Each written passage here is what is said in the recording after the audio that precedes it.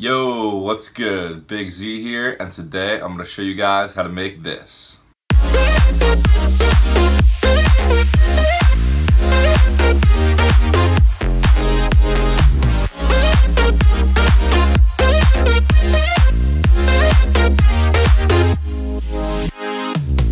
So the track is by Throttle. It's called Like This. He's always been one of my favorite producers. So let's jump right into how I remade this one. As always, all the serum patches and MIDI files will be linked down below. So I'm going to start with the lead sound. There's two layers in the lead. Here's what they sound like together.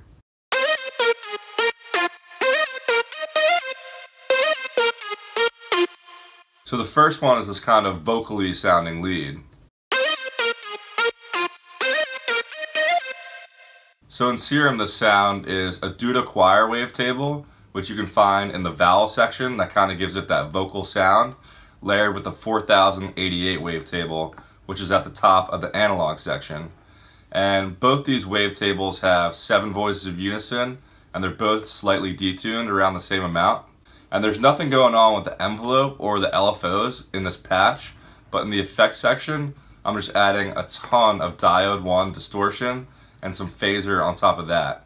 So here's what it sounds like without those effects.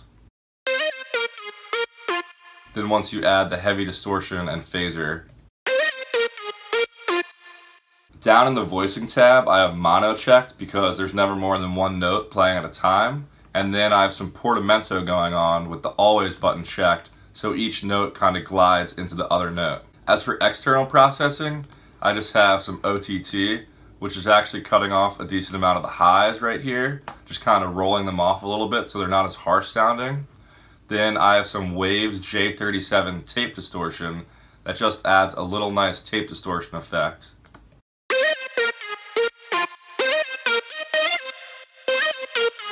It also kind of tames the highs a little bit more.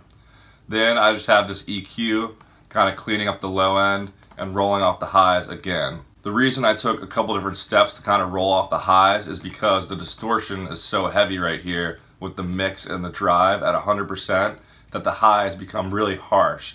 So it just helps to kind of roll those off a little bit with some multi-band compression, rolling off the high end a little bit, and some EQ after that. So layered with this one is this saw lead that's really basic. And it's just a really basic saw sound with 7 voices of unison and some detune going on. Again, in this patch, there's nothing going on with the envelopes or the LFO. It's just playing the whole frequency spectrum the whole time. And then in the effects section, I just added a little bit of diode 1 distortion. Not as much as the last lead, but still a good amount. And then for processing on this one, I just have some OTT and then some EQ, just kind of doing the same thing as I had on the other layer. So you put both those leads together and you get a pretty big sounding lead. So now I'll show you what those background chords sound like, and I'll also show you a really cool trick you can use in your own songs to kind of automate the sustain of the chords.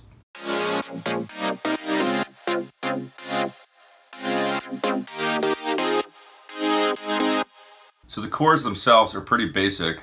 They're just a saw wave with 7 voices of unison and some detune. Then I have this envelope here that's affecting the cutoff of the filter. But I'm doing something really cool to automate the sustain of this envelope right here. And what I'm doing is using this velocity source to modulate the sustain. So I took this velocity source right here, dragged it down to the sustain, and moved this blue bar all the way up. And what that allows me to do is affect the sustain based on the velocity of each note. So for example, if a note or chord was at full velocity, the sustain bar would be all the way up. But if the velocity was all the way down, then the sustain would be all the way down here. So you can see in this MIDI right here how I changed the velocities around of each chord to switch between some pluck sounds and some like open saw chord sounds. So this chord right here is full velocity, but if I start to bring it down, it'll sound more like a pluck.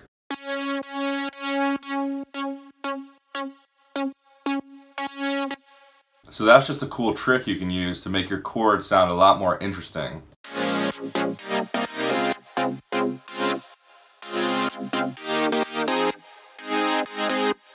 And on these chords, I just have some phaser on here, and then I have some OTT, and also just some EQ, just rolling down some frequencies around like 3500 hertz, and rolling off the low end.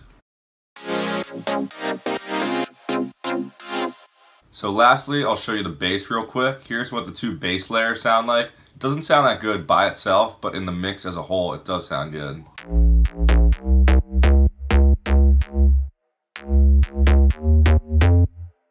So the first layer is just a really basic square bass. In Serum, it's literally just a square wave, obviously one voice of unison because it's a bass, and make sure you have mono checked so the notes don't bleed into each other. Then I have this envelope affecting the cutoff a little bit, and then in the effects section, I'm just adding some tube distortion to kind of fatten up the bass a little bit. Then for external processing, I have the CLA bass plugin, just adding some compression. Then here's the EQ I have, just rolling off everything above like 800 hertz. Then on top of that bass, I have this attack layer just to add some more punch to the bass, and I'm rolling off everything in this layer below 300 hertz just to make room for that main bass. It's just like a really short, punchy sound to add some punch to the bass. And I did this in Serum with a saw wave, just one voice of unison, and a really short envelope here that is opening up and closing the cutoff of this low pass filter all the way. So anyway, I'll play the full song again at the end of the video. Hopefully you guys enjoy this one. Make sure to follow me on Instagram and Spotify below. Other than that, I'll catch you guys next time. Peace.